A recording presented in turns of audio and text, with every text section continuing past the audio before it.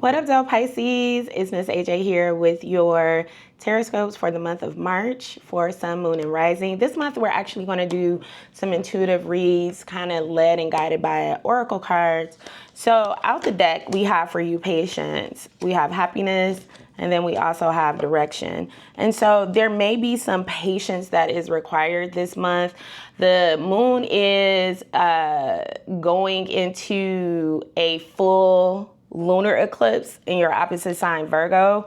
So you can feel the energy of some completion happening for you, but it may be a little bit of confliction. Part of that is also due to the fact that Mercury and Venus is also retrograding later in the month in your sign, starting off with Aries, going into there.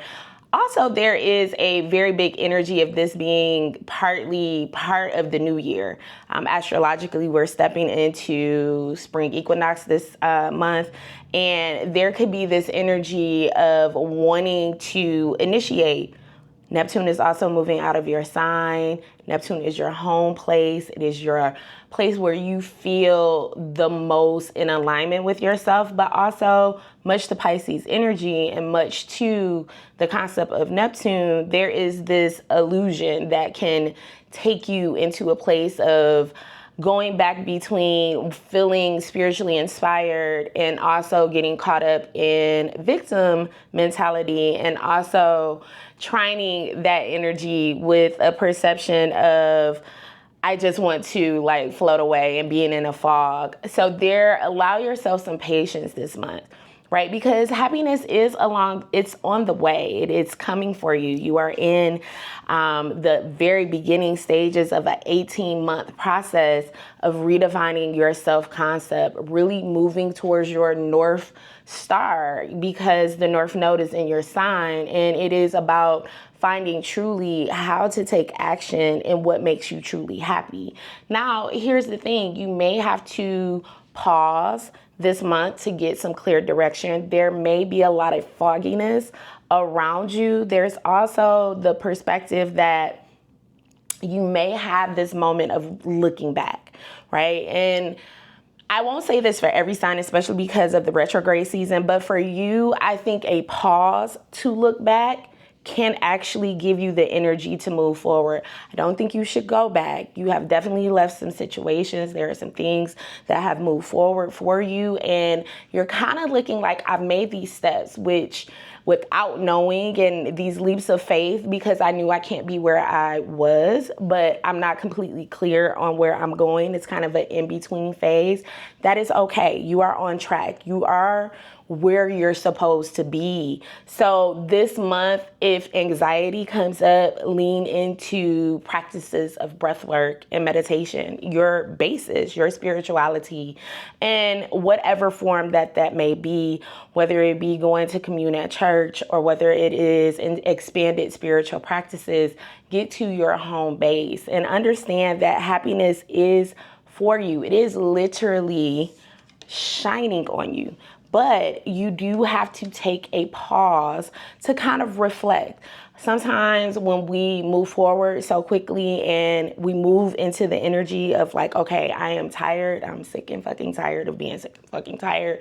But then we make the jump, which is what the universe wants us to do. But it does not allow for us sometimes to feel the lesson that needed to be learned. And it's not a big lesson. It is the ending of the perspective. We just had your new moon, the full moon in your opposite sister sign with Virgo is going to give you an opportunity to reflect on energies that may have been happening over the last 2 weeks. And really from a perspective of what is the story that I want to create as I move forward? What is truly the direction of my life that I want to experience? How do I want that to feel? And that energy within itself allows us to move forward.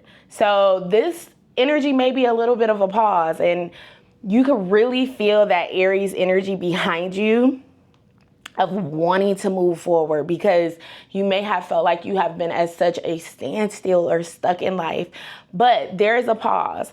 This is a great time for doing some shadow work on understanding, A, What caused us to attract the situations that we were in? How did we get here? And what is the lesson? Also, definitely here in a context of forgiveness. Sometimes I shared with a friend recently that forgiveness is freedom, because when you forgive and then you make moves, then you know that the moves that you're making isn't from a place of vengeance or retribution, but it allows you to be free.